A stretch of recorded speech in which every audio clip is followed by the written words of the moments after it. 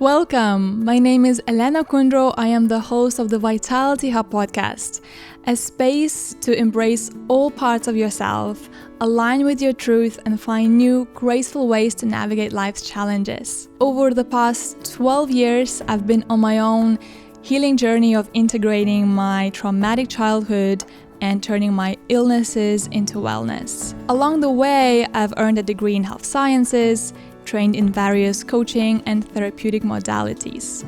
And since 2018, I've been blessed to be helping clients invite more vitality into all areas of their lives. Hence the name of the show, Vitality Hub. So my goal with this podcast is to introduce you to tools that can help you create a life that you truly love. Thanks for tuning in, and let the show begin. Hello, beautiful people. Welcome back to the Vitality Hub podcast. My name is Elena, and my goal with this podcast is to empower you to live a life that's true to you, that's authentic, that's filled with joy, vitality, and love for yourself. And that's what this podcast is going to be about. Self-love through the lens of your body, your relationship with food, exercise. We're going to talk about our journeys with disordered eating, bulimia, food, like body dysmorphia, all these kind of things. And I have a beautiful person here, Martha, who's gone through a lot in this journey. And I'm so excited to have you. Maybe you can start by introducing yourself in one sentence to the audience what you do, because I know that you do so much that it's always hard to pinpoint exactly like one thing. Like, I sell coffee mugs. Yes, it's really difficult like when that. you do a lot of things and you've been studying the field for like 10, 12 years or working in the field for like a long time. It's really difficult to, okay, this is me and this is what I do. It's a lot. Let's say to put it in one sentence. What's most alive in you right now? Like, not what you do, because you do different things when in different phases, but right now, what do you mostly do? Okay, I think empowering women. I think seeing women in the whole spectrum of confidence, attachment, anxiety, trauma, their relationships with their bodies, the sport with their partners, how they, let's say empowering women and the variety, right? The whole rainbow that comes with being a woman in the modern world, and having maybe a difficult upbringing or childhood and everything that we have to deal with as adults. Let's say that's my main thing. That's what it's driving me. It's beautiful. And what got you into this field? I actually never asked you that question. Interesting. I feel like every psychologist or therapist or people who end up in this field, we all have this common like lived experience in a way. So I do have my fair amount of, trauma and things obviously that happened to me in the past that probably got me really interested in human behavior and human suffering and how to solve problems, how to help people. I've always been that helper, like in the past, even before becoming a psychologist, I was always like volunteering, and I still do that. And something that really gets me moving and going and getting out of bed is like helping and building community and yeah, at some point all of that kind of, the cherry on top for that, I think maybe for me, was becoming a psychologist, and like it just all happened naturally. I don't think I woke up one morning and I was like, I'm just gonna help women. No, it just happened naturally. I was studying psychology, and at the same time I'm a very, say, committed activist in Spain for women's rights and a outspoken feminist. And I think it was just like all kind of coming together, and 80% of my clients contacted me were also women. So like everything was kind of like, I never, as I said, woke up one day and chose to be specifically dedicated to this topic, but it just happened naturally. And it resonates with me, with my own story. It resonates with my own life story. I also struggle with body image, confidence, anxiety, insecurities, relationships, love, attachment. All of that was really dear to me and like close to my heart. And it just happened naturally. really didn't choose it. It chose me, I like to say. Yeah, I heard so many therapists already telling me that what got them into what they do now is their own childhood trauma, their own struggles in life, early on in life. Yeah. And the same to me. Yeah. I wouldn't be into psychology, into therapy if I hadn't gone through all my childhood trauma, because it naturally, like, it hurt so much. You have to keep searching because you can't live like this. And exactly. then once you find something that helps you, Yeah. you want to share with everyone. Yeah, exactly. So what was that point for you where you were searching, something was hurting, and maybe actually you can circle back a little bit to your childhood years, to what was actually hurting, what was causing the issues for you? Okay, so I think it could be a long story, as in, right? But I think, yeah, just having a somehow difficult upbringing with, very strict parents, and being a woman in that environment was always challenging to not feel understood as a girl, right? Like growing up and not understanding anything what was happening in my body, or how to deal with emotions, or how to just navigate life. And I felt like growing up that I could not count on anybody for that, for like, the normal things, like my first period, for example. Not even, I didn't have anybody to talk about, about this. Like, it was just growing up feeling very lonely in like things, like I had no support in many areas, and I was also bullied at school, and my parents were quite strict with me. I grew up in a Christian family, so that all contributed to this purity culture of being completely perfect, not sleeping with guys, not showing your body, feeling guilty for living your sexuality, for example, or feeling any other way that is not aligned with God's, I don't know if you know where I'm coming from. Oh, for sure. But yeah, like growing up in a very strict religious house, it doesn't come without a cause. Like it's you grew up with some like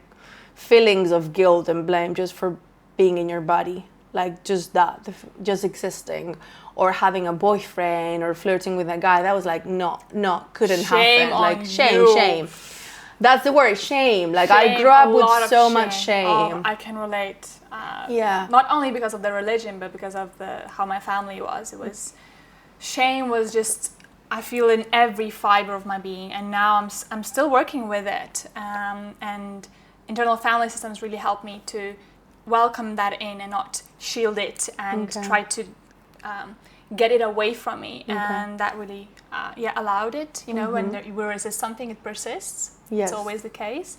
So it's interesting to hear. So it's like sexuality, strict parents, all of that rediscovering. And what was the lowest point that, or maybe there was not one lowest point, but maybe a period in your life where you feel because of that you started searching deeper? I think there's been many turning points, but so when I was 18, I did something completely out of the usual thing, which was like I'm trying to run away from a house and trying to, live a completely different life, and like cut the umbilical cord with my parents, and like I need to get out of this house and live my own life. And what I did is I joined the army. I enrolled in the army. I'm an actual army veteran myself, which got me into more trauma, because imagine a woman in the army that is coming from an environment that is already kind of messed up. I went into the army to get re-traumatized by other men that were even worse than my dad, right? Like just people that are completely like sexist and objectify you and treat you like rubbish. And as a person and as a woman, you have no say in the army, of like, you cannot fight for your own rights. Well, you basically have no rights. How long were you there? 4 years. 4 years. 4 years in the army. That is probably what traumatized me the most. That more than my dad or my family upbringing, because it was like, this was pure, like you cannot run away from that. I think that was for me the most traumatizing period of my life, was the army, because like from my house I could run away. I literally did run away from my house. You know, when I was 18, I was like, I'm out of here. But from the army, you cannot go out. You cannot, I mean, you go to prison if you go, right? If you What? leave. Yeah. No, because you join, you can... You cannot, no, you cannot leave. You cannot leave. Yeah. You didn't know this? No. No, you cannot leave. Because when I was 16, I joined like youngsters army kind of thing. It was for fun. We were just like shooting and going to nature and hiking, and it was just fun, you know.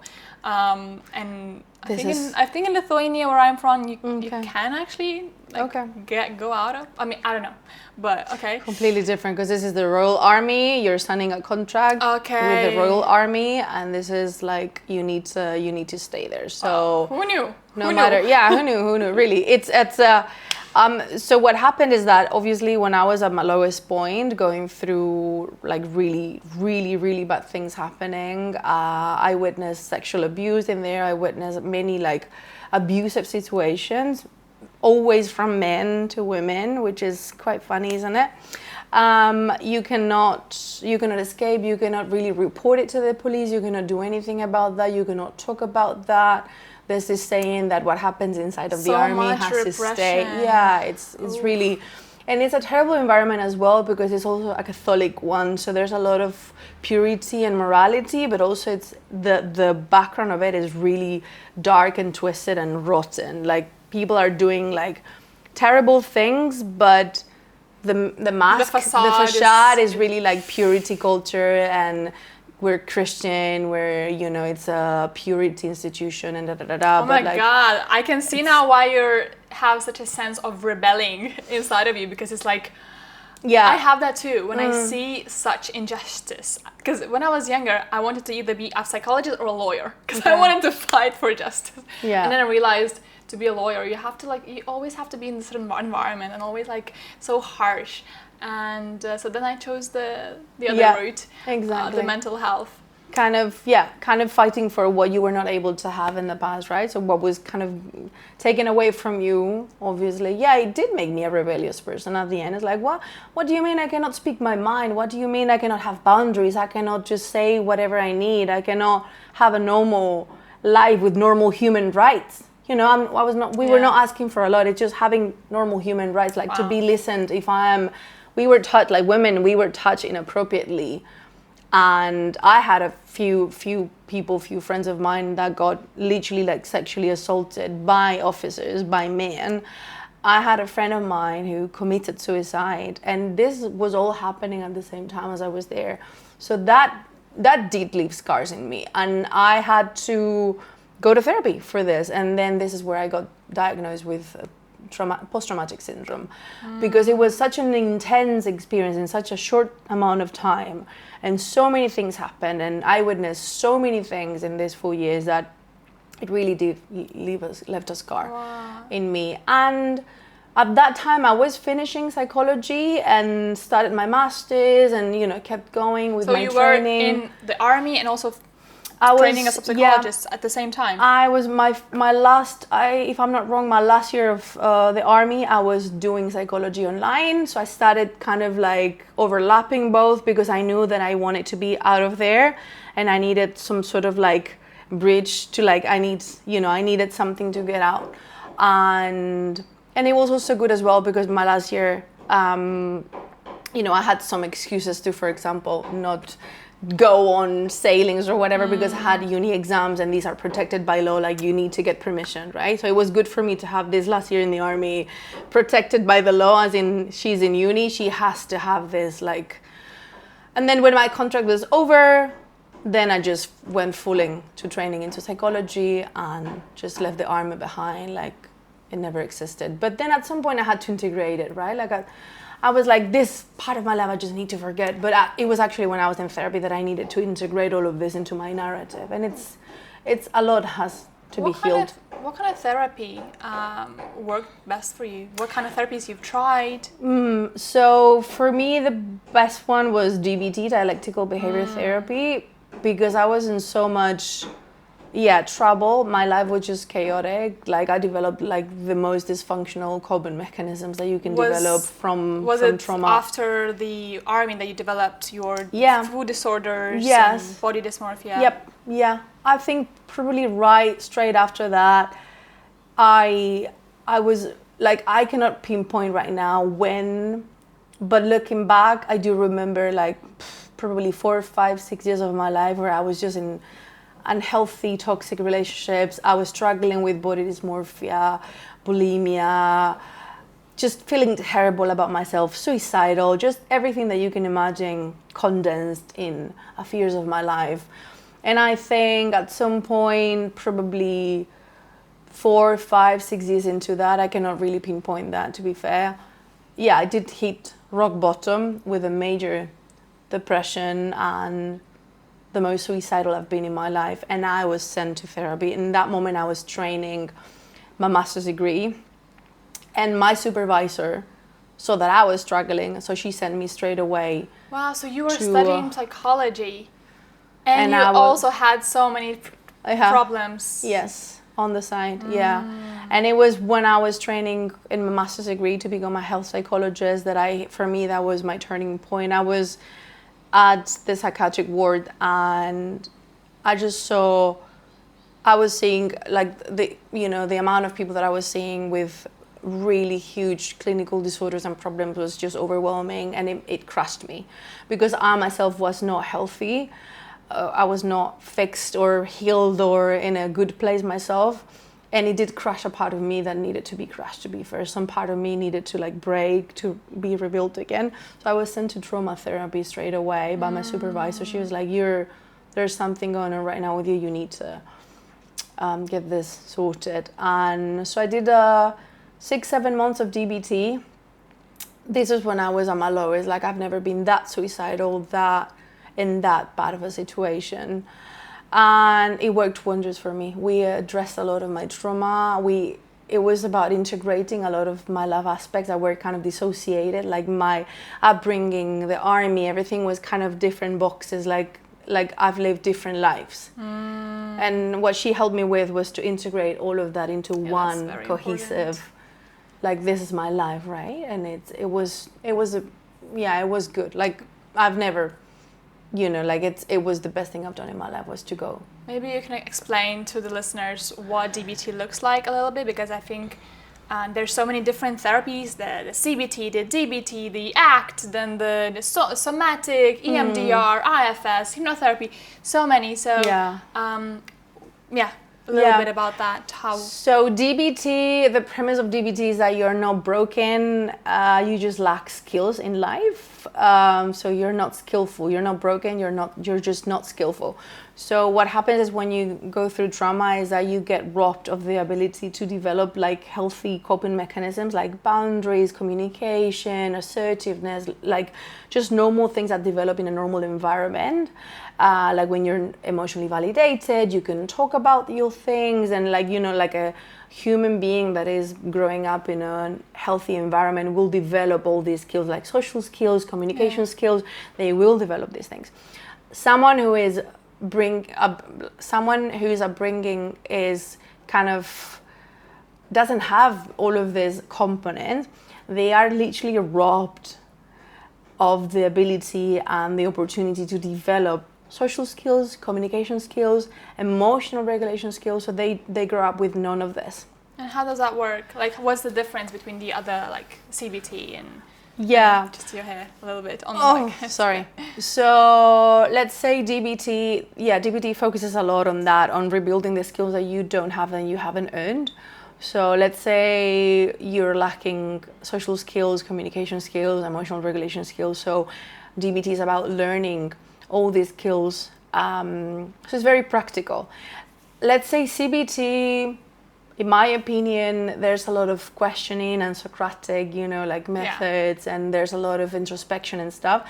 It does happen as well in DBT, but it's more focused on, okay, so what is the skill that you're lacking in this context and how we can make it better for you to, you know, to have a better life now. But it's also quite cognitive. It's not like it does somatic work. No. It does have a component of cognitive, and it does have a component of somatic, as in it also taps into the body, like how. So for regulation, for emotional regulation, it does do a lot of like tapping into the body and how it feels in the body in the moment. So there's a lot of connection with that.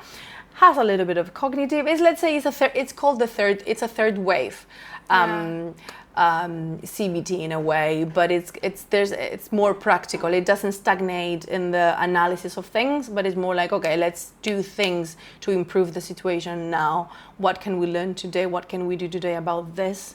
So it's like regulate, do the things that you have to do so you have more headspace to come back to the problem and address a problem. Communicate, talk, assert boundaries, align with your values, like do things. Okay, you know? Lovely. Yeah. And now coming back to the whole topic of today's podcast, the food, our bodies, body image. Maybe you can explain how you were at your lowest with body image and food. Like just, you know, a little bit, give us a picture, and then what helped you to move through that and where you are now. Okay. Yeah. So I'd say at my lowest, I've always, and also like something I forgot to mention growing up, my mom was always very critical of my body. Like, you need to suck in your tummy, you cannot wear this bikini, or, you know, you don't look good enough on this. Because she obviously herself was struggling with her own body, right? So I grew up with this feeling that, you know, my belly, I grew up with the thought that my belly was huge for some reason. Like, you have a huge belly because I have a huge belly. This is my mom. And because your grandma had a huge belly, so you're always going to have a huge belly. So like, it was ingrained in me that I'm going to die with a huge belly and I just need to hide it for some reason, right? It's bad. It's bad. It's bad to have a belly. And so I grew up with this, and so my whole life was literally just looking at myself in the mirror and be like, oh my God, my belly is too big. I need to starve. I cannot eat tonight, or I ate too much today, so I need to make up for that by not eating. And my relationship with sport was completely messed up. The only reason I would exercise was to burn off calories I had eaten. It was never for joy. I hated exercising. Like, I hated it because obviously the brain understands that it's punishment. So it's never going to be a positive reinforcement. It's always a punishment. So I grew up like, okay, I have to go for a run or walking just to burn off the calories that I ate. It was always like this. So eating, overeating, exercising to burn the calories. And it was like a cycle. And it just brings you, it's just miserable, Elena. It's just miserable. Like, you know this. But it's never ending. And I remember being like my thinnest. I have pictures of this. This is like, how long ago? 10 years ago. And I looked like a model. I was not eating at all. I was literally like tapping all my food with napkins and tissues to absorb the fat so I could be able to eat it. I was able to eat it. If I was not doing that, so I developed all these like weird things around food. Like, they had to be cooked in a specific way. And if they had oil, so you would see me, like, there's this group of friends going out for dinner, and you would see me like putting napkins on my food. Like, you would see just me doing that, nobody else, putting napkins around my food so I could eat it. I mean, I don't like the greasy food, but it's, I guess, the taste. But that was that came from the fear of.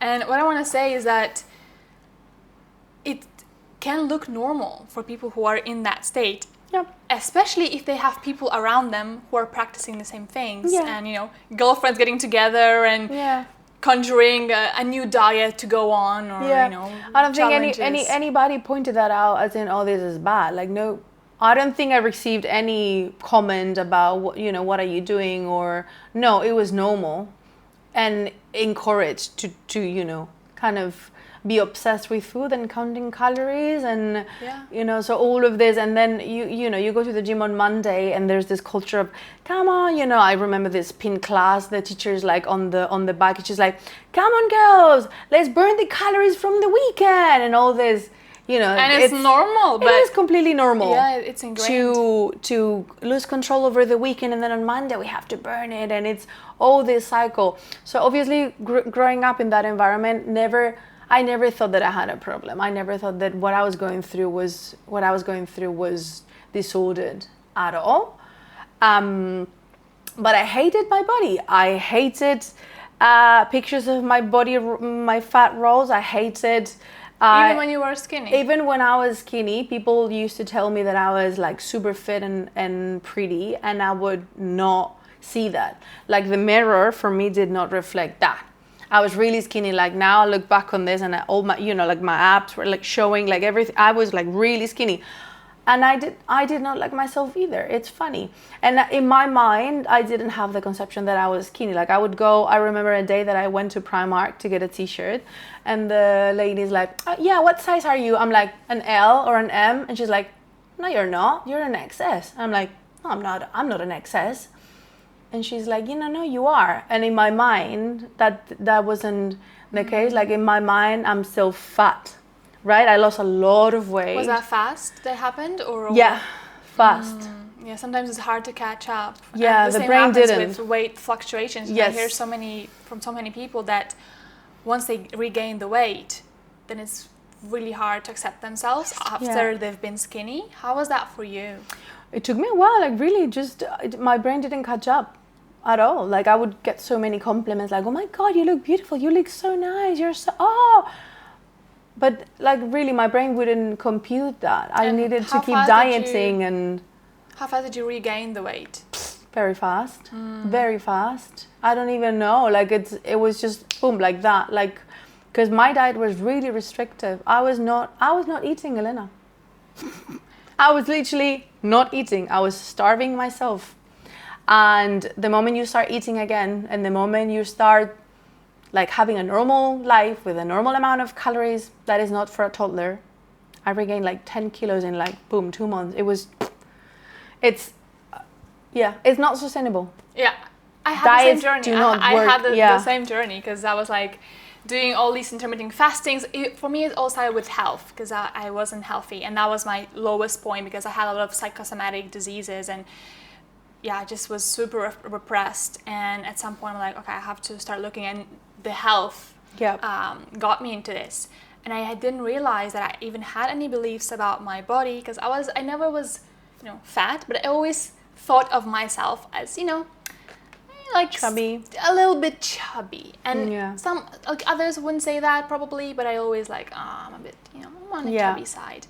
And then when I lost all the weight by going on this, diet of cutting, before that I was eating pizzas and sandwiches, dipping cookies in tea and eating like the whole package, and then I cut out gluten, I cut out dairy, everything, and then all I was left, with some vegetables. So of course I lost a lot of weight, and that's when I realized now I'm finally skinny. Yes, but I can be happy now.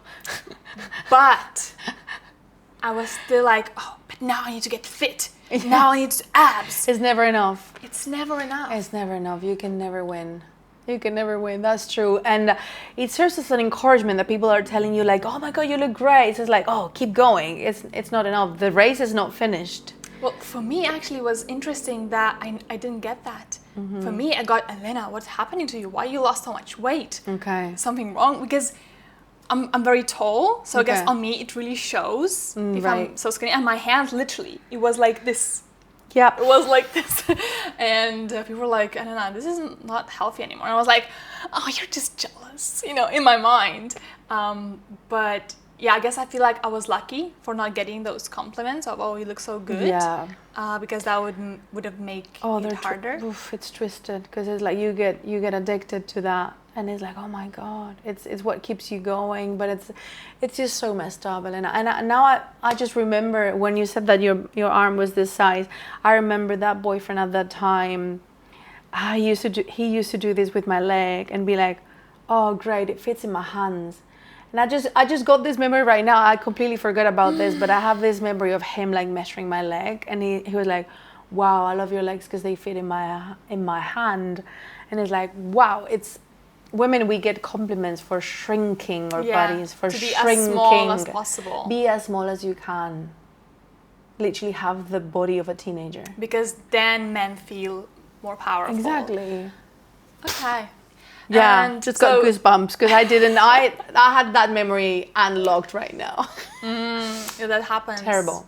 And that's why I do this podcast, sharing these stories so that stories like that can be unlocked in others. And that's why I encourage so much for others to share these podcasts with their friends, because then it unlocks these topics. Yeah. Like, oh, I can talk with my girlfriend about, being insecure about my body, and that's a normal thing. And what is body dysmorphia? What is this binging? All this kind of thing. And because it's very hard to pinpoint while you're in it. And sometimes it can be very disguised. Like, I get when it's bulimia and you're literally like, vomiting your food out. Like, okay, that's maybe not normal. But it can be, in my case, it was so disguised, I didn't even notice it. Yeah. So I'm curious to hear, I know this can take like hours to just talk about food alone. What was your journey like to find food freedom, to find peace with what you're eating and with your body? Yeah. I think it was long, but let's say for me, what like a turning point for me was discovering body neutrality and intuitive eating. Was like, what? My body is valuable just for existing? Like I can appreciate my body just for its functions. Like, oh, I have a belly that is holding a whole digestion and intestines and a lot of biological functions happening. And, oh, I have these legs that move me and help me hike mountains, or I have these arms that help me hug my mom. Like I was requested by my therapist to make a list of all the functions that my body parts did apart from looking pretty, and I had to make a list of all of that. I'm getting goosebumps now as I say this, but yeah, like what are the parts of your body that you hate, but what is the biological function of them? So for me, it was my belly, around my belly, and my hips. I have like the typical, hip dip. That have the typical hip dip, and is like I had to do my research on why biologically we have that, why we have a little bit of a pouch over the uterus. Why do I have these things? Like, what is the biological purpose of all of this? And like sitting down with that list, I was like, oh, I'm fighting with my own biology. I am in a constant like my body's doing so many things to just keep me alive, and I'm like, ugh, you're gross.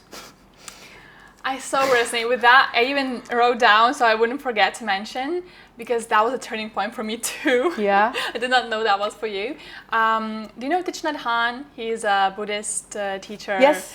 Yeah, I love him. And that was one thing. I was doing his meditation at some point, and he was like, oh, thanking our body for all the functions that it does. And then I started practicing it. Yep. And it really changed how I view my body through this gratitude. Thank you for my feet for taking me places. Thank you that I can dance, that I can move, That's that I beautiful. can. I think dancing was a big thing for me, Yeah. because it's the joy of movement. Yeah.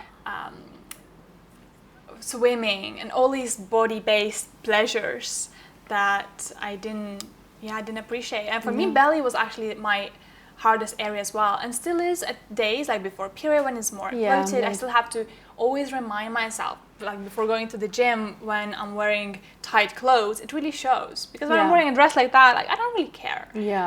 But when it's tight clothes and I can see the a little pouch, a little wrinkles and stuff, then I'm like, Elena, thank you for this body that I can go to the gym and I can wear clothes that are just comfortable for working out, like not even caring and not even like looking at the mirror sometimes when I feel like it can trigger me, because that's a big thing for me.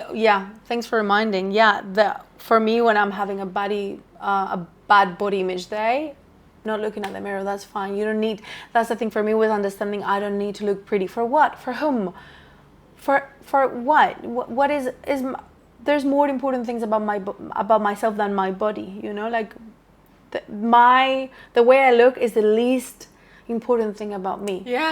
The way I look, I had to remind myself, like, the way I look is the least important thing about me. There's a huge list of things that are more important than the way I look. And I feel like when I die, I don't think people are going to be at my funeral. She had an amazing body, but she had a little bit of a body fat here, and nobody's going to be talking about that when you go. People are going to remember you for how great you were, kind, compassionate, loving, fun, intelligent, witty. They're not going to remember your body fat, your rolls, your whatever. They don't focus on that. And I don't know, it was just a turning point for me, to realize that there's so many things more important than what I look like, and to just appreciate my body. Like, another turning point was like, your body deserves respect for existing. So you don't have to love your body to respect your body. So you don't need to love yourself, because I didn't love myself. Yeah, the starting point. Yeah. It's like with the affirmations, like when people say, if you don't love yourself, just start saying in the mirror, I love myself. Yeah. I think sometimes it can like do the opposite of helping. Yeah, no, I don't. Yeah, I starting don't believe, with like, it's like challenging a belief. Yeah. You can't just go with the opposite thought. You just Yeah. go with, you can measure up. Okay, how does that thought feel for me?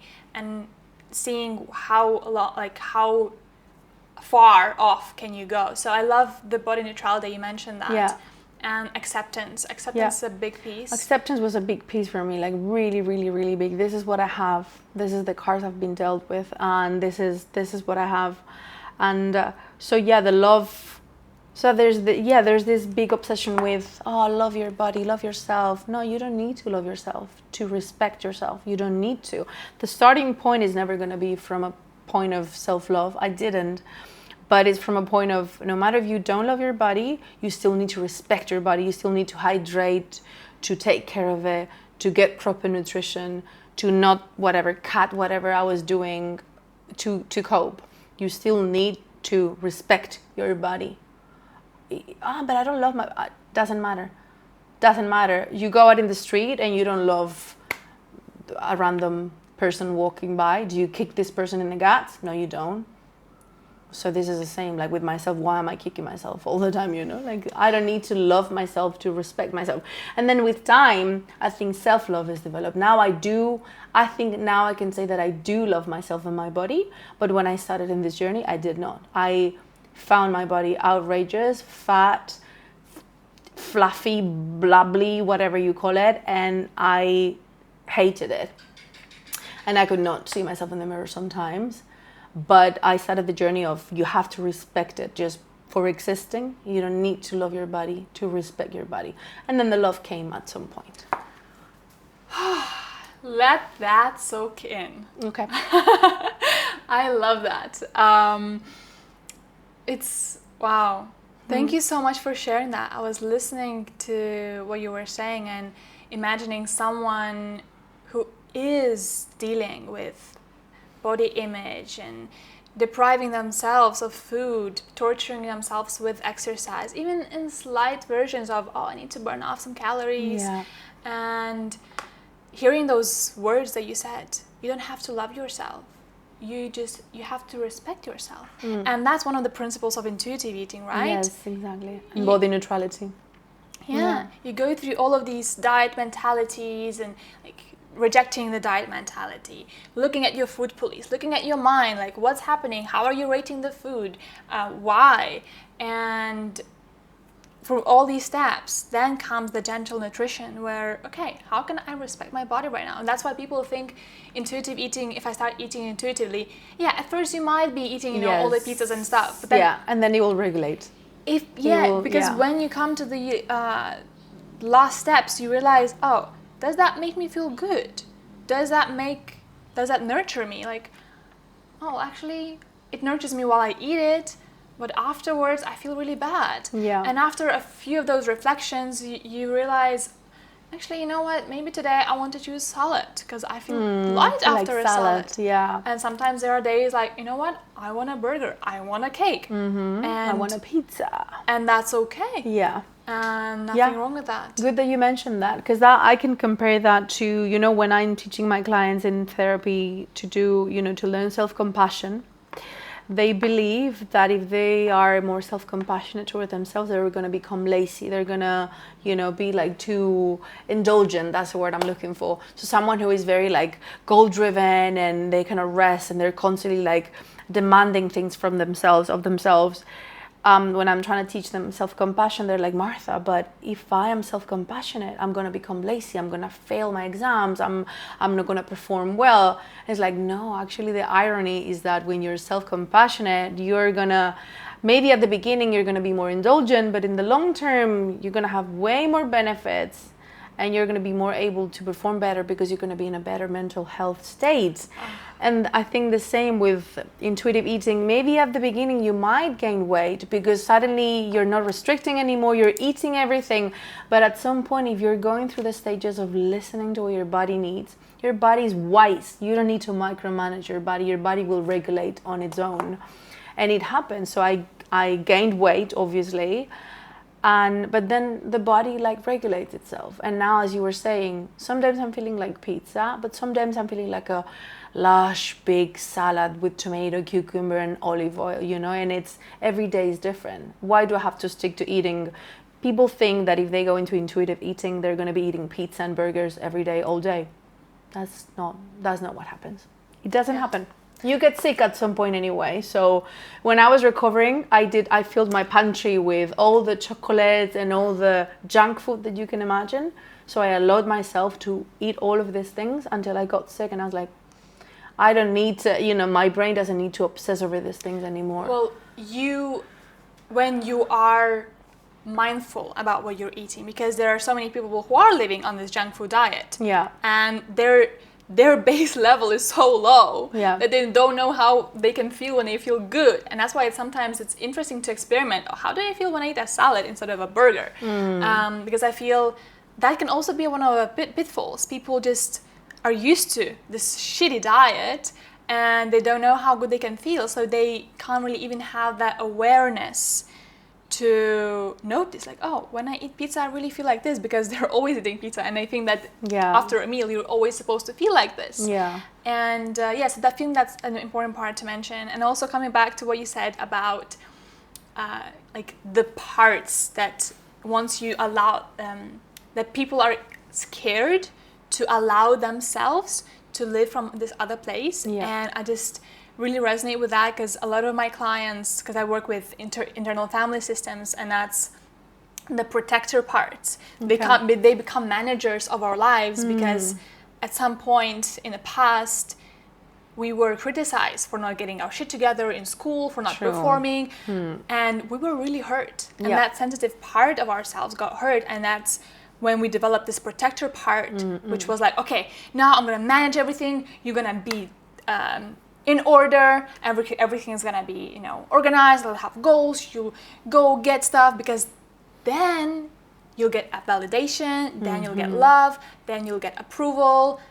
And of course, if you say to that managerial part, which became you, and stuffed that vulnerable part down somewhere, of course that part is gonna rebel, like, no, what are you saying? I achieved everything that you have now. Now you want to get rid of me? So I feel like it's very important to come with validation of that part of ourselves which wants to achieve and get validation, because it's normal. That's how we developed. That's how we learned to have the approval to, with acceptance from the center. That's what internal family systems always does. You cannot come to a part with, I want to get you away, get rid of you, because it's not going to work. So slowly accepting that part, and then showing that you are capable of still getting the love and validation and get things done from this gentler place. From the other place. Because that was a big part of my journey. I was always a high achiever everywhere. I wanted to be on top first. If it was third, I'm like, no. What the hell? I'm gonna crush you all. I'm gonna get to the number one, because only then I thought that I will be good. Because I had so much shame, and I had so much to over deliver to show, like, no, look, I am good. You see, I'm not like them, like my family, who are, you know, considered shameful and stuff. And it was very hard to make peace with that managerial part. See, a lot of, I think 99%, like every woman I see in therapy, they have, all of them have this background, like being just an overachiever and proving your worth all the time and having to control everything, because if you don't control everything, everything is going to fall apart. So they do struggle a lot with kind of letting go of control and living life more intuitively. That's very hard. It's very hard, and I understand, because obviously, and I was talking about this with a client not long ago, everything we do everything you've done and everything I've done, everything we have done as overachieving women, it has served you to become the woman you are now, to have the job you have now, to have the life you have now, the house you have now. And it served you. Thank that part for getting you this far, but is it really serving you right now for the life that you want to live right now? Or can you lower your guards and start living life in a different way? Do you want to live life in a different way, or you want to keep pushing through life and living life in this fighting mode? And I think most of my women in therapy say, no, I want to try and live my life differently because I'm burning out. I'm anxious, I'm depressed, I'm crushed, I am at my lowest point. It takes time. Yeah. And I love what you were saying.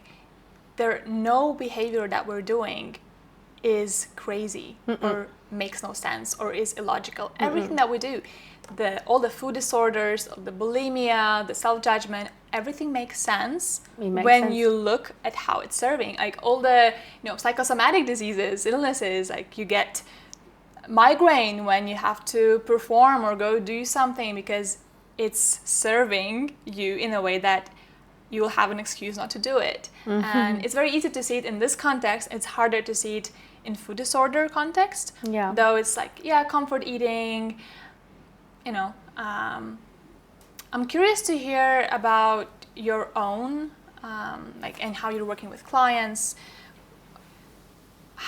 When a person has that strong desire to change their body and they are struggling with food and that's their life-saving kind of mode, they don't know how to get out of it. What do you do? That's interesting because there might be women coming to therapy saying that they have low self-esteem and the reason is because they're fat and they want to lose weight. What I always say is, because I'm a body neutral therapist and I'm never gonna praise for their weight loss or say, oh, I'm never gonna comment on their bodies because it doesn't align with the way I do therapy. The way I do therapy is like, what is gonna serve you for your life, for the long term. What kind of body do you want to have that is going to serve you in the future, right? Like the kind of body that is going to probably become a mom or, hold your children or hike a mountain. Like what kind of body you want to have? You want to have the skinny one that is probably going to blow out in the wind, or you want to be a strong, empowered woman that is eating and has muscles and has, enough nutrients to move through life and do things and go out and dance and go out with your kids to the park. Like what kind of woman do you want to be? So normally the body that they want to have and the life they want to have, it doesn't align. I see. So you're focusing a lot on functionality of the body, on the strength, functionality, and not on the I love that. Yeah. And I remember, a long while ago, I had a bad body image day and I just decided to do like a self-hypnotherapy kind of thing where I envisioned, what if I wake up and I have this perfect body? And what changes? And that's when I realized, oh, actually, you know what? Nothing changes. Nothing changes. And because it's all about the functionality, we think that people will treat us differently. And I want to come back to the reality part of it. Okay. Because in the society, if you're a pretty woman, or a pretty man, the same goes, you are treated differently. Yeah, pretty privileged. you do have that privilege. Yes, yeah. I have friends who are super pretty and they don't have to have any skills. They're just invited to do, some hosting, photo shoots, whatever. And also people interact with you differently. Yeah, it's called the halo effect. I mean, that, right? Yeah. It happens. It's a psychological phenomena. It does happen. It's for some reason we do believe that people who are handsome and pretty, it's a halo effect. They also have success other characteristics, like they're successful, they're smart, they're fun. This is just the human brain, how it functions, and we cannot really change that. So it does happen that when you are pretty or perceived as pretty, you do have more privileges, you're treated differently. Also on a day that, on the day that you do your makeup and you're looking like a bit more like fancy, you see how people interact differently with you as well. So it does kind of reinforce this behavior in yourself that you have to be pretty and young and all of this, especially for women. I'm not diminishing men's problems by no means, but women, we have an insanely amount of pressure for being pretty and young, composed and yeah, we do have that for sure. And I want to also say that when we feel pretty, people also interact with us differently. So it's also about like how to say it even, like, so you're giving a body that's not in a cultural standard, let's say, and then what do you do about it? You can start to starve yourself, exercise yourself as a punishment to try to change that, or you can see how can you cultivate that inner confidence to radiate that shine, because you have that. And whenever I see you out in public, you're always so full of confidence and you're just loving your body. Oh, you're talking about me now. Yes, because I think that was the first time I went to an improv show in Paradiso and you were performing, and I was like, oh, this woman is so confident in her body. And I think at some point there was a sketch about someone being fat or something, and you were so confident in it, and you're like, yeah, like I'm this fat person or something. I don't exactly remember what it was, but I remember thinking like, oh, this girl is actually not self-conscious that she's fat, like she's okay that she's fat. And I also remember that point when Mantra made that joke when we came to Sayuri's birthday. I don't know if you remember that, when he was like, oh, congratulations, and he meant nothing with that comment. He just wanted to joke about, like, I don't know, a job promotion or something, right? And you were like, oh yeah, thank you, and I forgot about this, and I was so embarrassed. I was like, dude, like, what are you thinking? You can't say that. And then after a while I was like, oh my god, really? Yeah, I didn't mean it like that. Yeah, but I'm glad how you took it, because you were like, yeah, thank you, congratulations, so for me that really showed that you're confident about it. I don't have to also be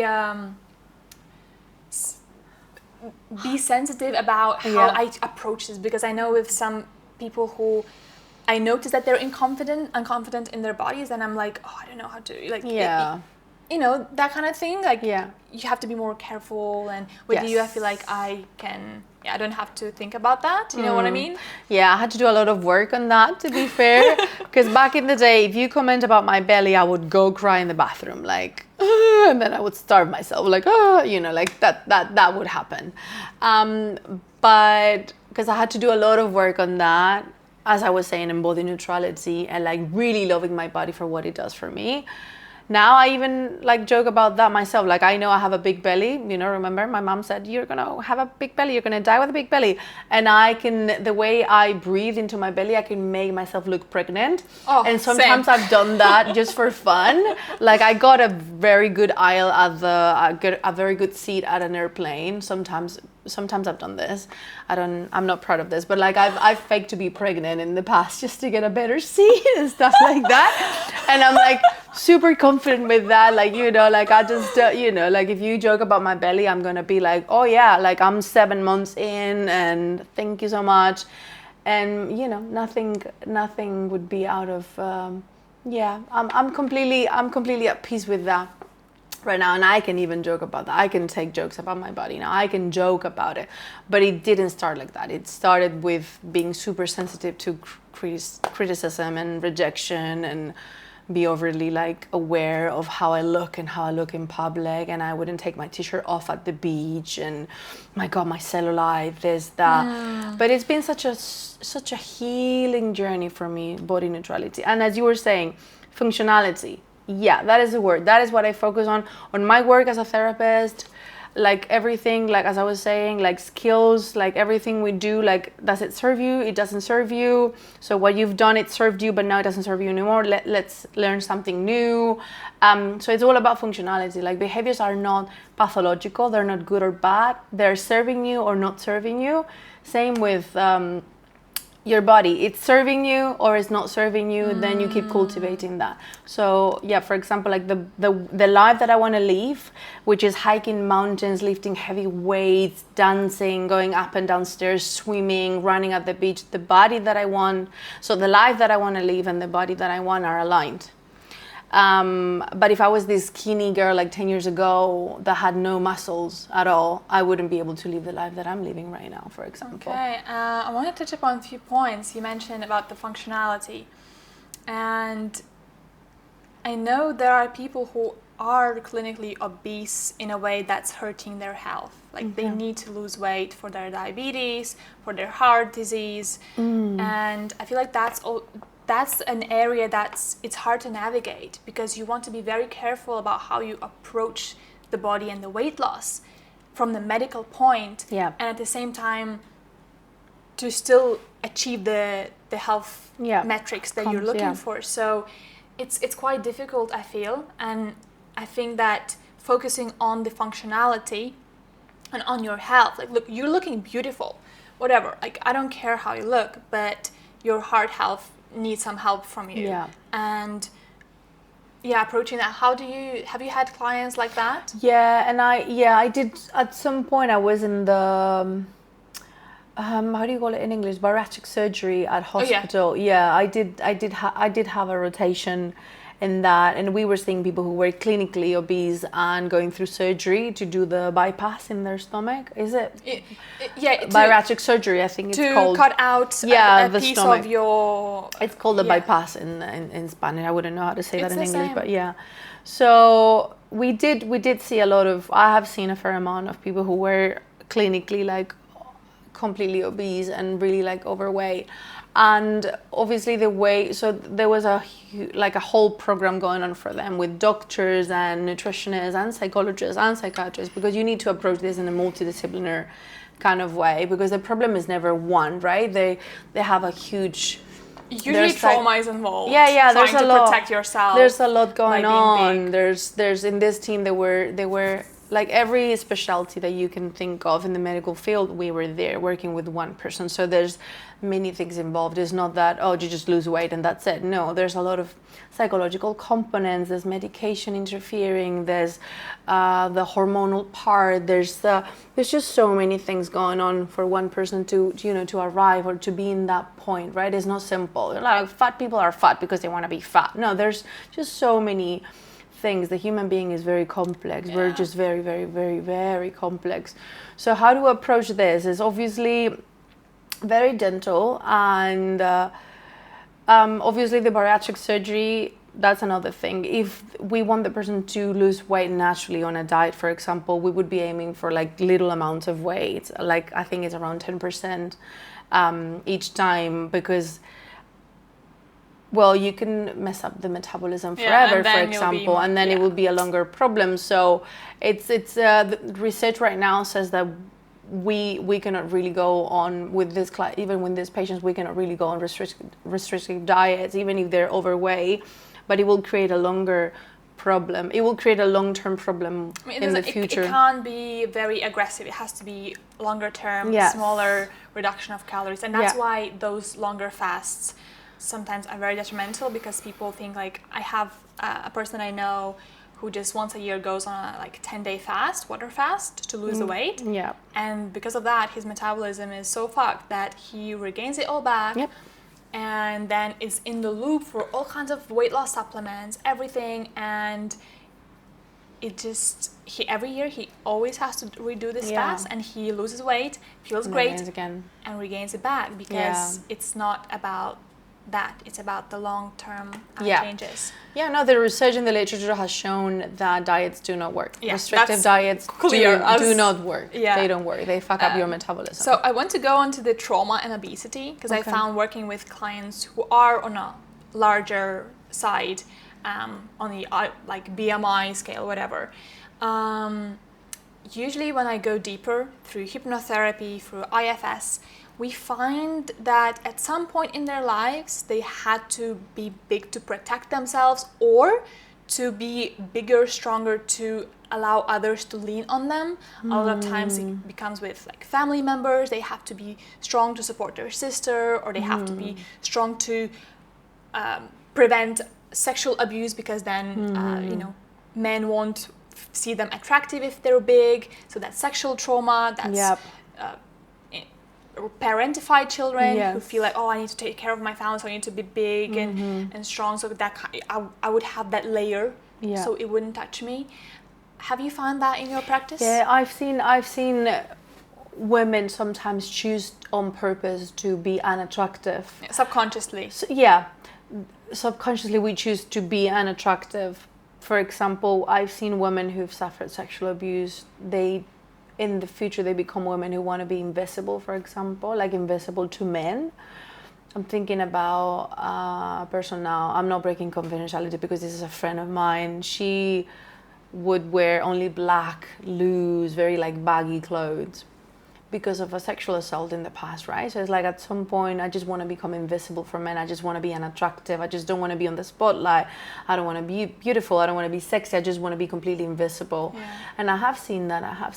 How if there's a past of trauma related to your body and how you were perceived in the past, some women, you see how they either try to become invisible, or they stop taking care of themselves, or like they just hide under clothes, or maybe, gaining weight is also another way to like kind of hide from males' attention.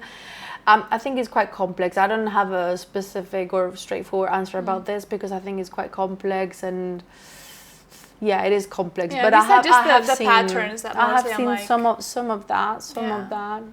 But it is interesting. Yeah. Have you digged deeper into your own life?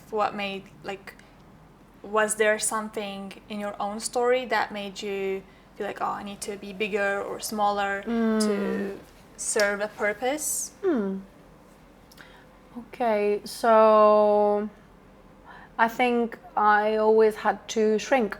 I always had to be smaller, because and that's your way of rebelling now, to just loving all your glory. Just like loving my fat now, loving my rolls, loving my cellulite. But I had to shrink. I received comments from my mom and from my dad for losing weight or gaining weight, or like I was always on the spotlight.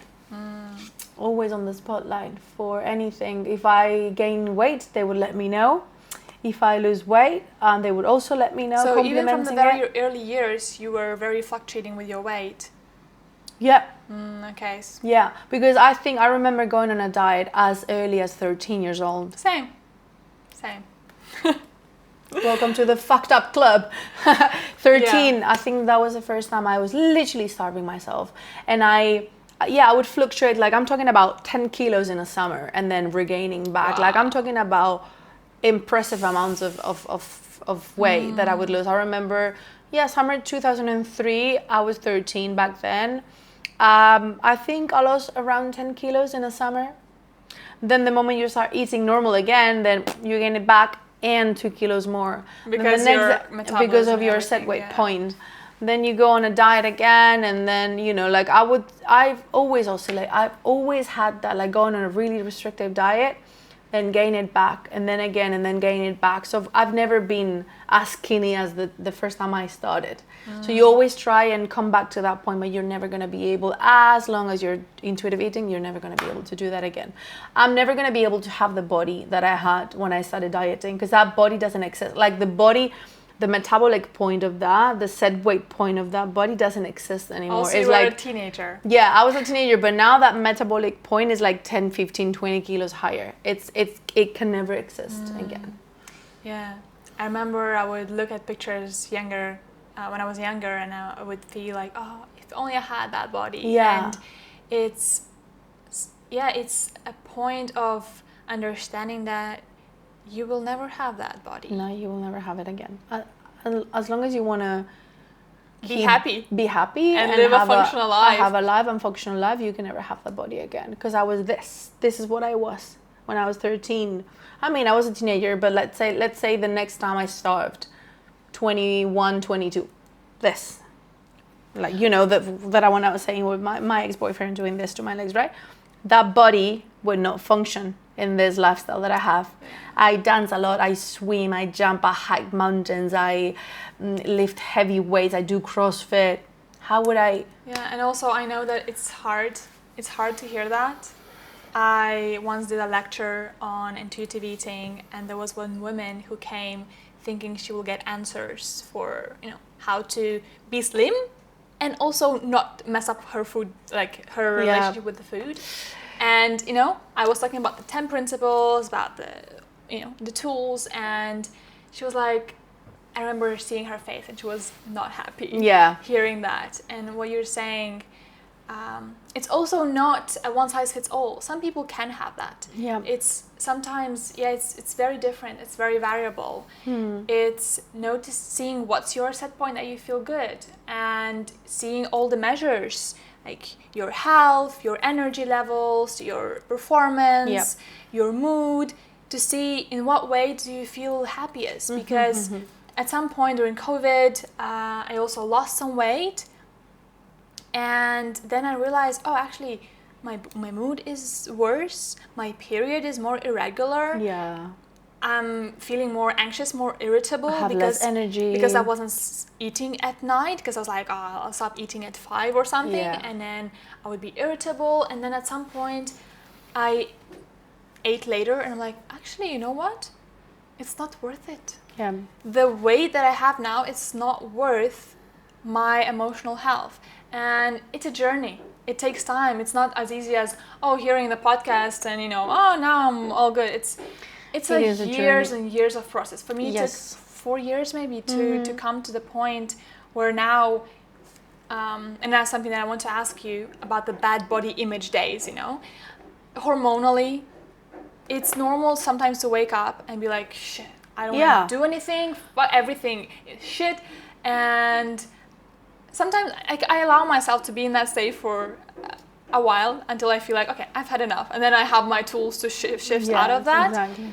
But also to accept that, okay, this is one of those days. And sometimes I can't control it. Sometimes all of my, you know, emotional regulation tools also are not working perfectly. Can happen. And I have to communicate to my partner, like, look, it's one of those days where I'm going to be more irritable, I'm going to be more emotional, and this is how it is, because it's hormonal, you know. Yeah. It's normal. Women have the cycle, so also embracing that. Yeah. And you mentioned a bit when you have a bad body image day. I'm curious, how often does it happen to you, and what do you do when you wake up and you're like, I'm not really liking? Yeah, I'd say a couple of times a month I would wake up or wear something and I'll be like, ugh, you know, like look at myself in the mirror. I would say a couple of times a month. And the thing is that maybe in the past I would go and like, okay, today I'm just going to eat salad or fruit, and I would starve that day in the past. Ooh. And today I'm like, you're just having a bad body image day. You need to keep doing exactly the same. Like, you're not going to eat less. You're not going to exercise more. You're just going to not look at yourself in the mirror today, and tomorrow will be another day. Because I think what we tend to do on the days that you feel fat, also if I don't go on the scale anymore, I don't. Like, it's forbidden. I do not go on the scale, and this is a rule that I have. If for some reason, because I do weightlifting, I have to go on the scale because they weight us for competitions, I go on the scale. I've said to the person, like, can you not tell me my weight? But sometimes I've seen it. But if you need to put it in some health app or something...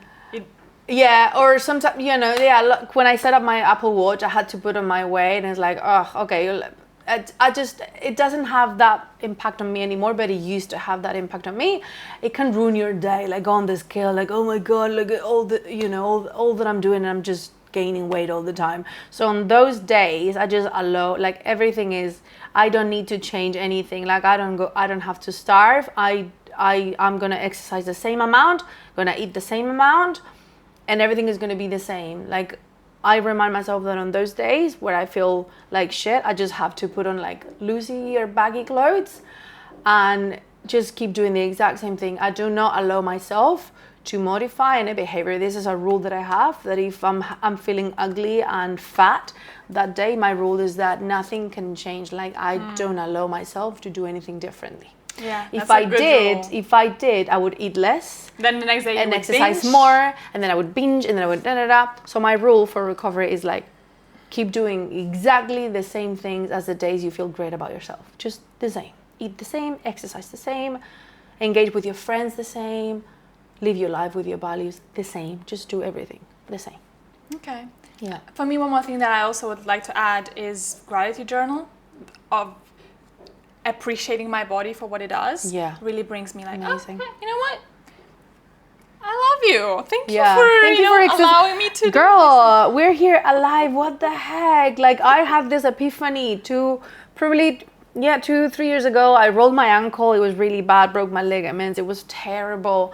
And just to see how my body was healing my ankle with time, and so, see the way that I was able to walk again. It was a long process. I was unable to walk for 2 months, and my whole feet, like my leg was swollen, and it was green and purple and in all colors, and I went through a whole journey of, I had to stop exercising, so obviously I gained weight. It was just, messy around that time. But seeing how my body was healing me, like I would just look at my ankle and like, oh, every day you're doing better, and like my body's working for me all the time. My body's healing me. Everything, every tiny cell is working like a little like builder, like a tiny like just doing everything for you.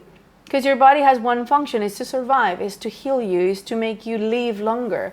And we are at such war with ourselves, like, oh, you're disgusting, you're gross, and your body's only doing one thing, is to keep you alive. It's like, bitch, I'm just trying to keep you alive.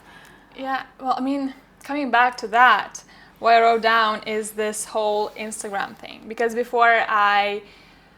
now all I follow in my Instagram is other therapists, mental health. Curating your feed. Oh, I'm very diligent.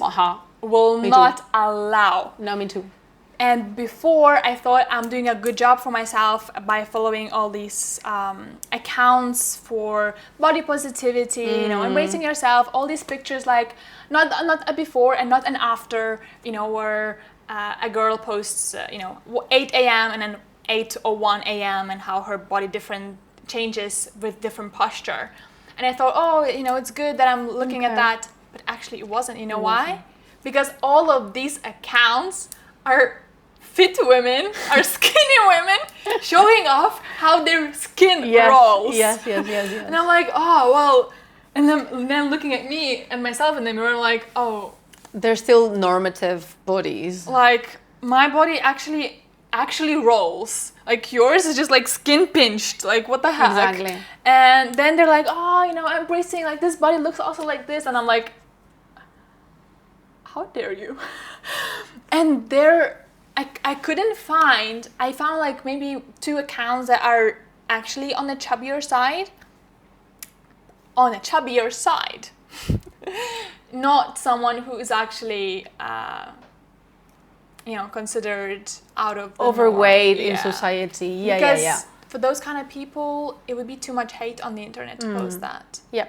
And even for those accounts who were skinny girls showing off how their skin rolls, the comment section, like, how? Because some guys don't realize that, like, what a woman's body looks like. Yeah. And what was very nice for me to therapeutic practice was to go skinny dipping with my girls. Okay. And seeing each other from all angles. Yeah. Because when, I just see her dressed or in a certain shape, then it's like, wow, you're so, just normalizing. Perfect. And then normalizing bodies.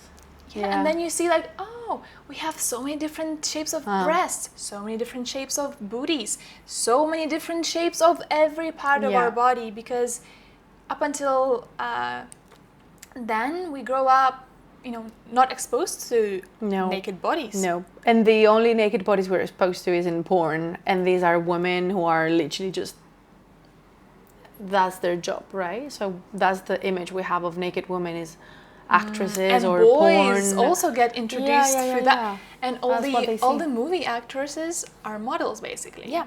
they're pretty, because it's nice to look at pretty people, and I love looking at pretty people.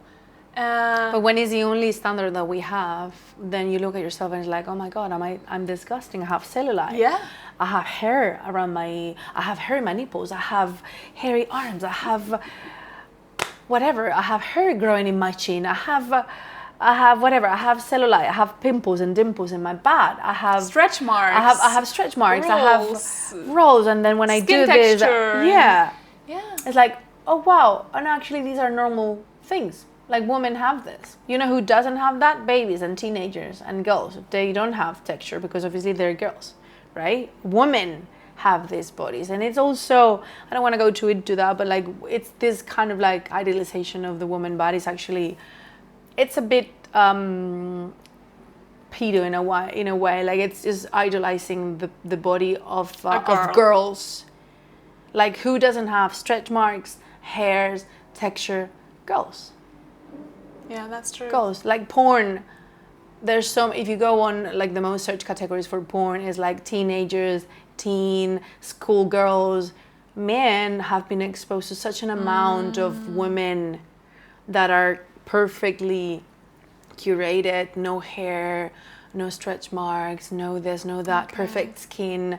Obviously, how can you, normal women, adult women do not have those bodies. Actually, we can never compete. I never thought about that, because I was never exposed to that. I was always because of a Christian upbringing, like, oh, porn is bad, so I would never like, oh no, this is, so I actually never, was exposed to that, but I know that almost all the boys do, and girls, I mean, I think for a lesser extent, but for sure.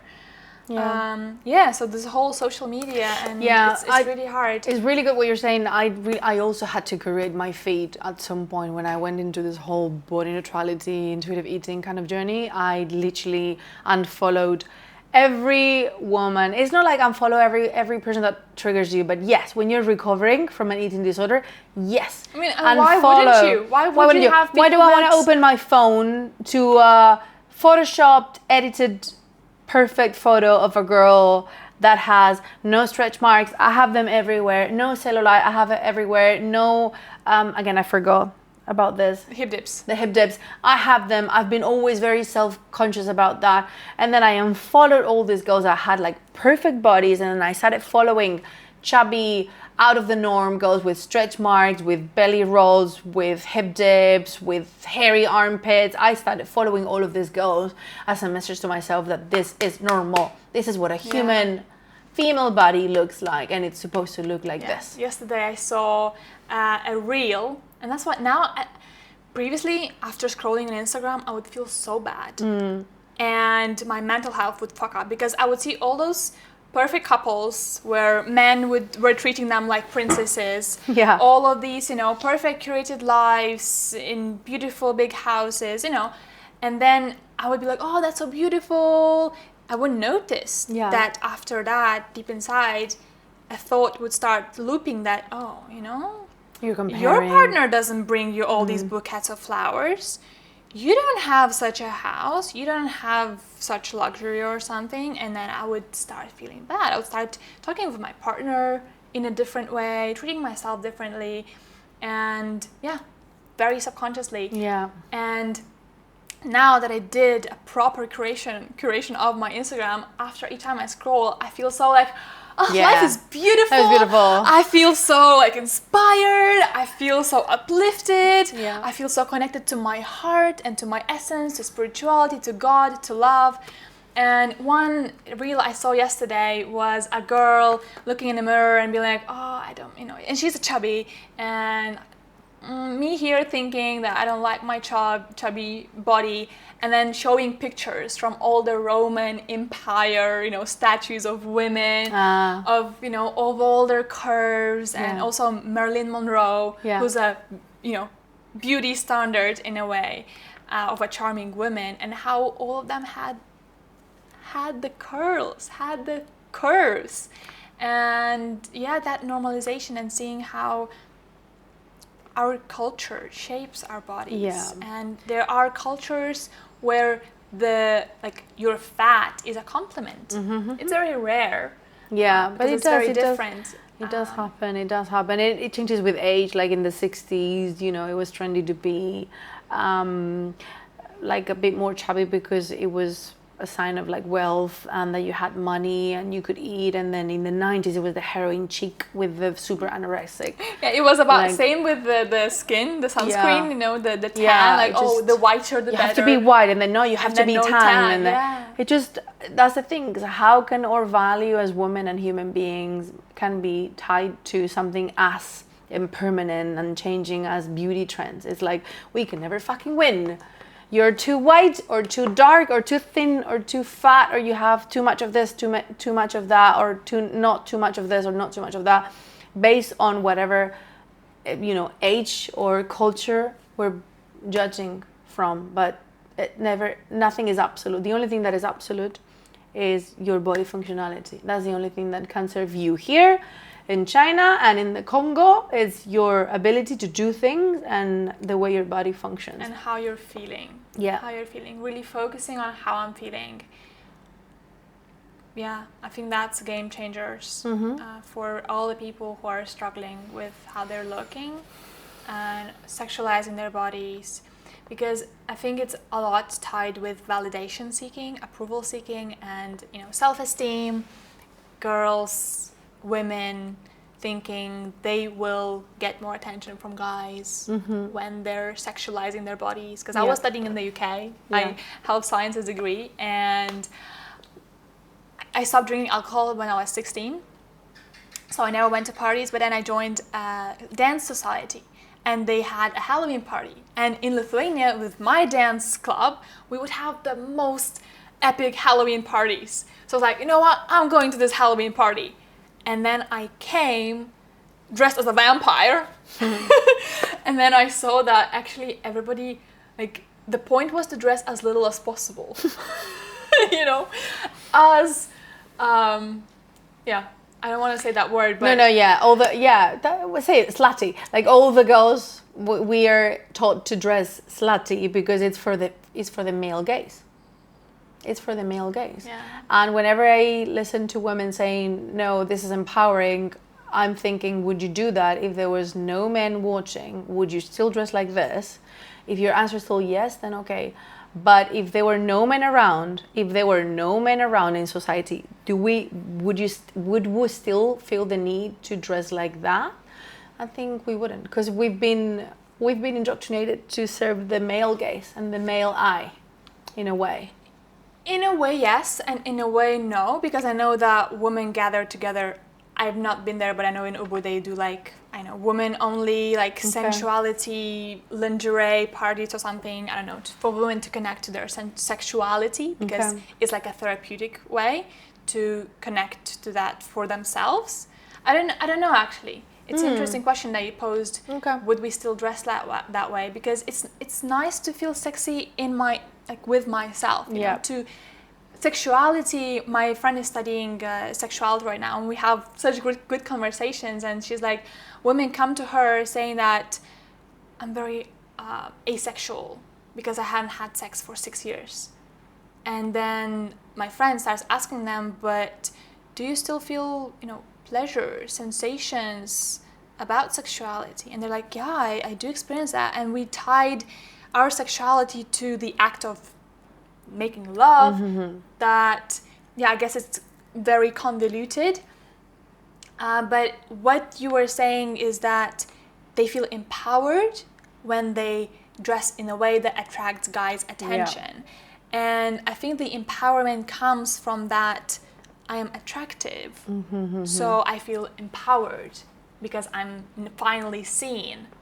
And if we tie our value, our validation to the outside, then of course you will feel empowered, and of course you will do everything to starve yourself to fit this body image that, you know, society is dictating you. But if the validation comes from self-validation, then you wouldn't feel empowered because you already are, you know? Exactly. And who defines what's attractive and what's not? I feel like that's a lot of that, as we were saying, it's dictated by society, right? And society has been very easily ruled by men. So feeling attractive, what is feeling attractive, right? That is also a very gray topic, as in what is what is attractive, what is like, I feel attractive on the eyes of whom, of yourself, then that's good. But also we've been conditioned, so we have this beauty standard, because boobs should look like this, and butts should look like this, and arms should look like this, and legs like this. But who dictated that? So I feel attractive based on a standard, that who created that standard? You know what I mean? I do, and that doesn't help me because only knowing that this is fucked up doesn't change. Now that I've worked with this for a long time, it changed. But I remember previously when I started exploring that, and I was in it for a few years already, and I was still looking at the mirror and I'm like, yeah, I know, like, this is a normal body. I know this, all these standards are, from the society, but still I was not feeling attractive. I still was thinking like, oh, if I was just a bit skinnier, then all the clothes would fit me better. I would feel more, good. And now, when I have curves, I have to really look at the dresses, how my boobs would fit in them, and then they're jiggling. So I have to wear a fucking bra, which I hate.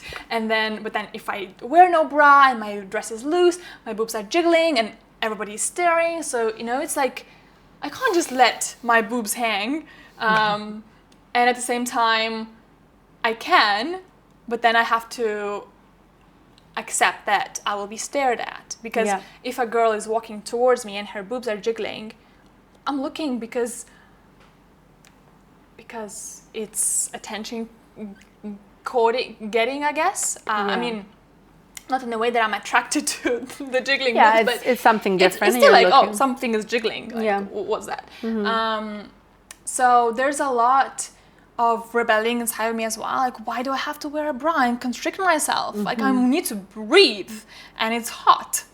And at the same time, to find, the balance spot, and remembering to my days when I was skinnier, clothes did fit better. Yeah. It was easier to shop for clothes. Yep. I didn't have to think about how this looks on my curves, because you just put on anything and it fits, because you're, like a piece of like a wood stick. So everything fits. Mm-hmm. And there's a reason why all the models are so thin, because everything fits. Everything and fits. Everything looks good. Mm-hmm. Yeah. So I do, like, it's a complex topic. It's not enough to say like, oh, accept your body, because yes, and you have to also make peace that yes, clothes will not fit, as on a some clothes are not made for larger women. They are tested and kind of measured in women with the specific body type, right? So they look good on this specific body type. The moment your waist is larger or your legs are shorter, longer, then they would look weird. Like the waist looks weird, or this crotch part looks weird, or they're longer or shorter than.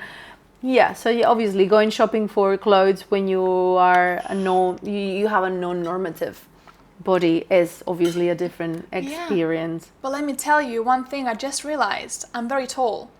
So when I was still wearing jeans, because now I'm not wearing anything that constricts my body, I'm like, no, I'm only wearing what's totally comfortable in. During lockdown, I made this rule, like, I will wear only things that I can do yoga in. Well, obviously, dresses don't really fit that. Yeah. But you mean like that you're comfortable in. Yeah. Yeah. And one thing that I just realized, I made peace quite quickly that I'm very tall and I can't buy jeans my length. Yep. Because I'm like, I'm just very tall. And also I was getting compliments for my tall legs, tall, beautiful legs, But when something doesn't fit around somewhere here, then I'm having issues accepting, because that's something changeable. That's something that, changeable in my mind. So I'm like, I remember those times and it was so easy. Yeah, that's a hard one. See, what I would do in that situation is to wear something on that day, because that day you might be triggered. Maybe the next day or a day, like a week later, you are not triggered by that. But in that day, that's triggering you, then wear something else. Just wear something else, that's fine. I have a bunch of like skirts and big things that whenever I'm like triggered or something, I just put that on and just revisit this and another day, and remind yourself that, again, as you were saying, that you're not going to have that body again. You might not have that body again. You can have that body again. you might trigger an eating disorder again. So for me, What do you choose? Yeah, so it's like, you want to be sick, or you want to be chubby, or you want to be sick. Like for me, I think it's not that there's no middle ground, but I do believe once you're in recovery, you have to be in recovery for. Like I do believe you always have to pay attention to that.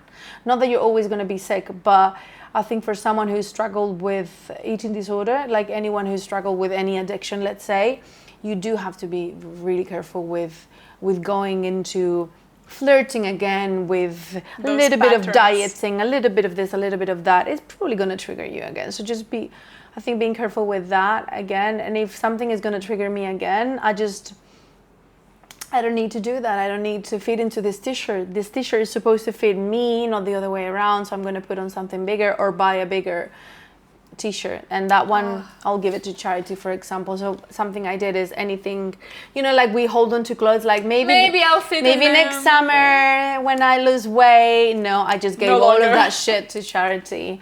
Because it was triggering me. I had a specific part of my wardrobe dedicated to clothes that will fit eventually when I lose weight.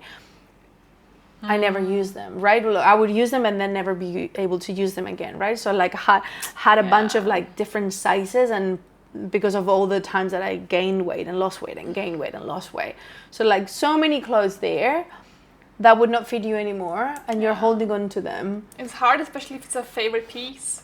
I know, making peace with that, like, okay, I'm giving this away. And last year, for example, I gave a lot to charity, to some friends, like, you keep this because I'm so close to fitting in these pants. I'm really close to fitting in them. But for me to fit in these pants, I need to lose 3-4 kilos, which is it's not crazy, but I have to make it intentional to lose weight. And that is going to trigger me. So you have this pants. And I had to give away like beautiful clothes last year when I was like making peace with this, and gave it away, and fine with that. I think if I have them in my wardrobe, I'm feeling tempted to every now and then, every 2-3 months, try them on. Like, oh no, not yet. It's triggering. It's like, it's really not worth it. Not worth it. I don't want to be sick again. I don't want to be stuck in that thing. And I think you always have to be in check with that. Yeah, once you have recovered. For me to throw away clothes was really hard, but what was okay is to do a clothes swap with my girls, or give, I knew that there was one dress that I really loved and I felt so beautiful in, but then I gained some weight and I couldn't fit in anymore. But I knew that my mom really loves that dress and it fits her, and I just gave her that dress as a gift, and she was so happy, and that made me also happy. Like, actually, you know what? Yeah, giving clothes that no longer fit you, that you really love, to your close friends, and seeing how they enjoy them and rock them, it's easier. And one thing I wanted to talk about, finishing off the patterns and triggers that you're always going to be in the recovery. And I think it's very important point to say, because when I was in recovery, I didn't know that.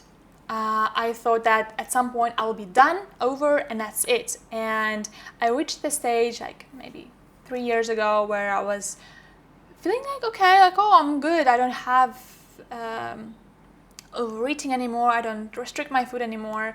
And let me tell you one thing before that. It was never about the weight as much. The weight as always, my body image was always tied to that to some extent, but it was mostly about health. That's why it was more complicated, because I had a lot of gut issues. I couldn't eat so many foods, so it was like just fear of eating. And because of that, and because I had to go on such restrictive diets, like I really love dates, but I can't eat dates. I couldn't eat mangoes at the time. And then at some point you get so sick of those rules, you're like, you know what, I'm gonna eat a bunch of fucking dates because I feel bad and I need them, and then you have a flare up for the whole week. So for me, it was that kind of disordered eating from the medical standpoint. My gut was so off because of all the trauma that I've experienced, that I couldn't eat a lot of foods. And because of this restriction diet, I developed a really poor relationship with food, because I couldn't eat so many things, not because I was restricting them to lose weight. But anyway, at some point I healed my gut. I went through all the FODMAP diet, reintroduction, and I was kind of good eating a little bit of everything. And then my circumstances changed. I had more stress, and it came back, Yeah. because my gut issues are very linked to the stresses in my life and what I'm going through. And then I was like, shit, so I'm back at it again. Like, what the hell? I've worked so much on dealing with that, and now it's again. And I think then if I was to hear the words of it's always gonna be a recovery in a way, in remission, to look out for those patterns and to look out for when it's starting, to be very clear on what kind of mind processes you are in when it starts. For me, when I have bad sleep, when I have stress, when I feel overwhelmed, normally I go for cooking and eating because that calms me down. So it's always when I have the urge of, I need to snap on something. For me, that's the first messenger of, Elena, you need some time with yourself to connect with your heart, connect with the higher power. And that's why now I view it as a gift, this recovery process, because I have such a good reminder system. Like, it doesn't allow me to go out of alignment because I have such a clear, reminders. So for me, that really helped to integrate that process of, okay, this is my friend telling me that I need to realign myself and that it's always with me. Yeah. So, and also I heard you mentioning rules. That you have rules around, when you have a bad body image day and what you do and you don't do. And I think it's very helpful to have that clear, because it's very easy to jump into the pattern of, I'm just going to do this. And then spiraling down, and here you are starting once again. It's a slippery slope, really. It is. And I'd say I'm quite I think I'm in such a healthy place right now with my eating and my body. But just the other day, like a few days ago, I don't know what I ate. I think I went out with friends or something. I ate pizza. We had dessert. I don't remember exactly what it was. And then at some point I did have this thought, this automatic thought. It was completely automatic. Like, it's fine, you can throw up later. I had this. Wow, even after all this time. Yeah. And it was so automatic. Like, literally, I know I can make the difference between my logical process and thinking and my primitive mind. Like, these automatic thoughts that just pop up in your mind. And I was able to know that this is just an automatic thought. This is just an intrusive thought. This is just a thought that is coming from a point of... it doesn't define anything. Act on it. No, I don't. That's the thing. The whole process is learning that you don't have to act on many of your thoughts and feelings. You don't have to.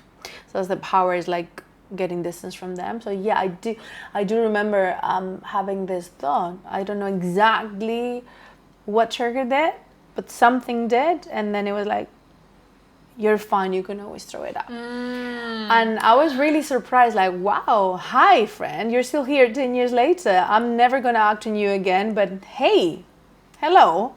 You're showing me something. Yeah, and it's nice to see that, because for me it's a testament that really we do not control most of the things that we think, and most of our thoughts, we do not control them. We can only control how we respond to things.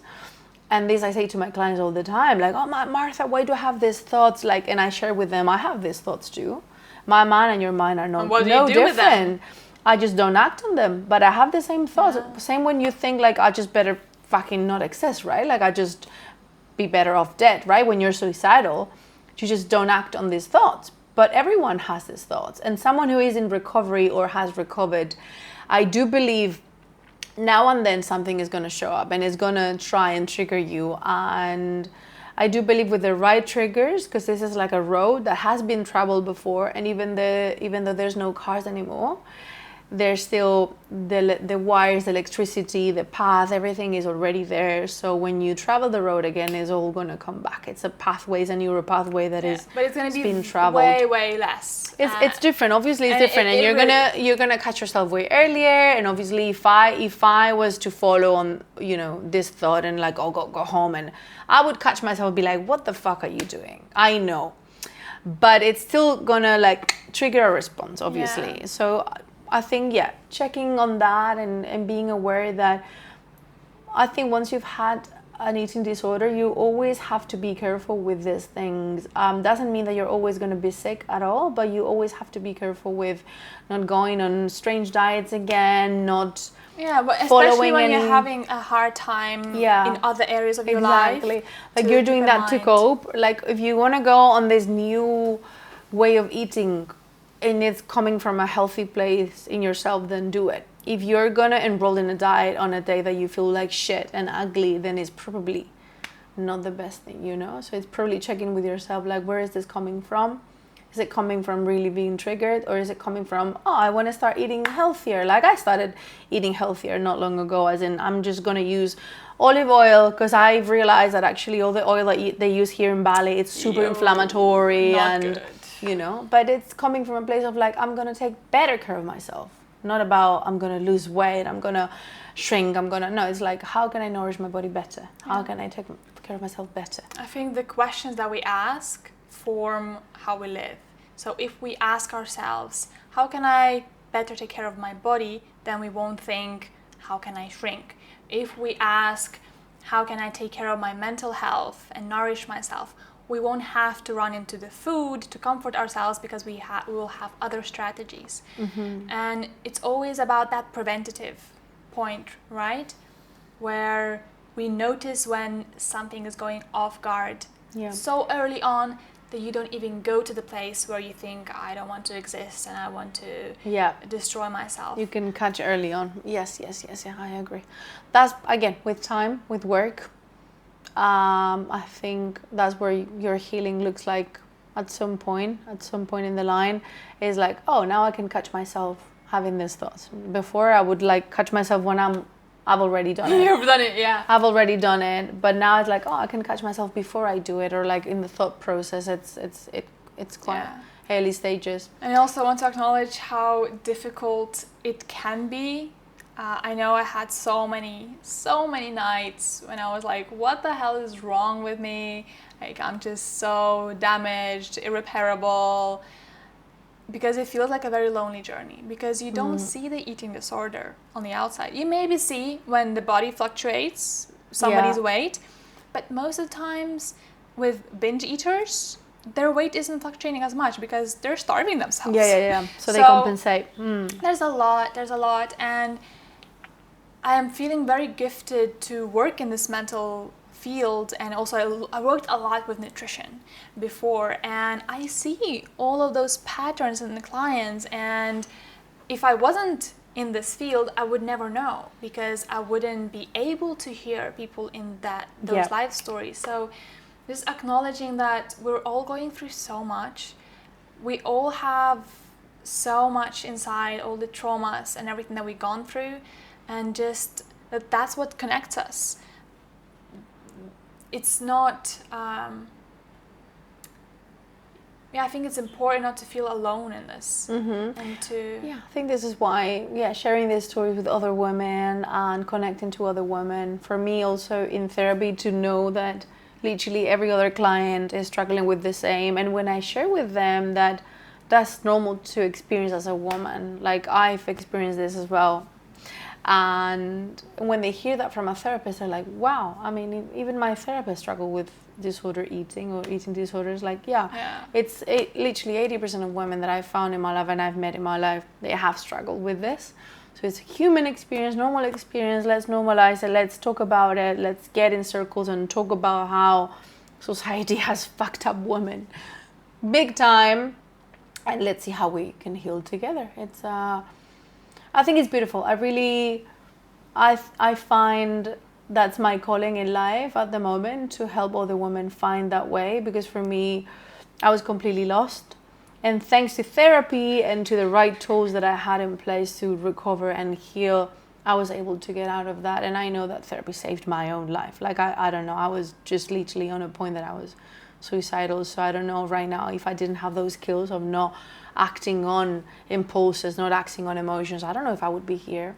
Maybe no. So I owe it to therapy. And I always say, if you need, if you're lost in life, you don't know where to go and you feel like there's too much going on, find help. we're all human, navigating a human experience. We all need help at some point, and it's fine. Even your therapist has had a traumatic, fucked up life. And even therapists have therapists. That's Yeah, something like we people have think to. that We're human. because I'm working with clients, helping them go through all of these dark moments in their childhood, that I've healed all of that. No, it still sometimes comes up in a new light. And yeah, of course I have all the tools I'm very grateful to have, but I still need somebody else to hold the space for that, because sometimes my own self energy is not enough to hold all of that trauma. Exactly. I feel like we could go on for I think hours we covered a lot.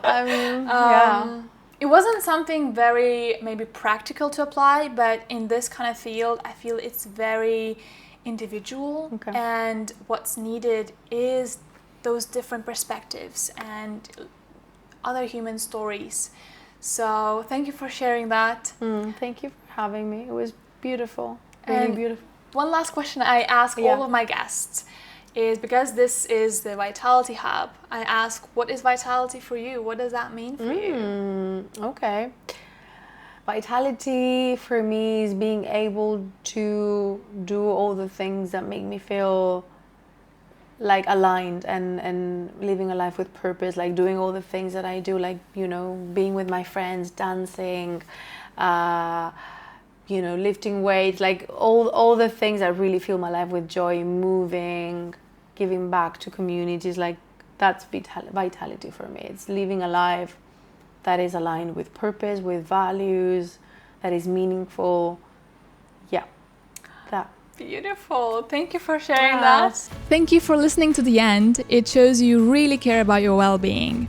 And if you're enjoying the show, then rating, subscribing, and sharing with a friend would really help the show to grow. And since I'm not a big fan of mindless consumption of information, I really want to encourage you to solidify your learning by writing down key takeaways from this episode and sharing either on social media or with your friends. And lastly, I love connecting with you guys, so please come say hi to me on Instagram at Elena Kundro. And if you're interested in working one-on-one with me, exploring all parts of yourself, then feel free to reach out to me to see if I have any spots available.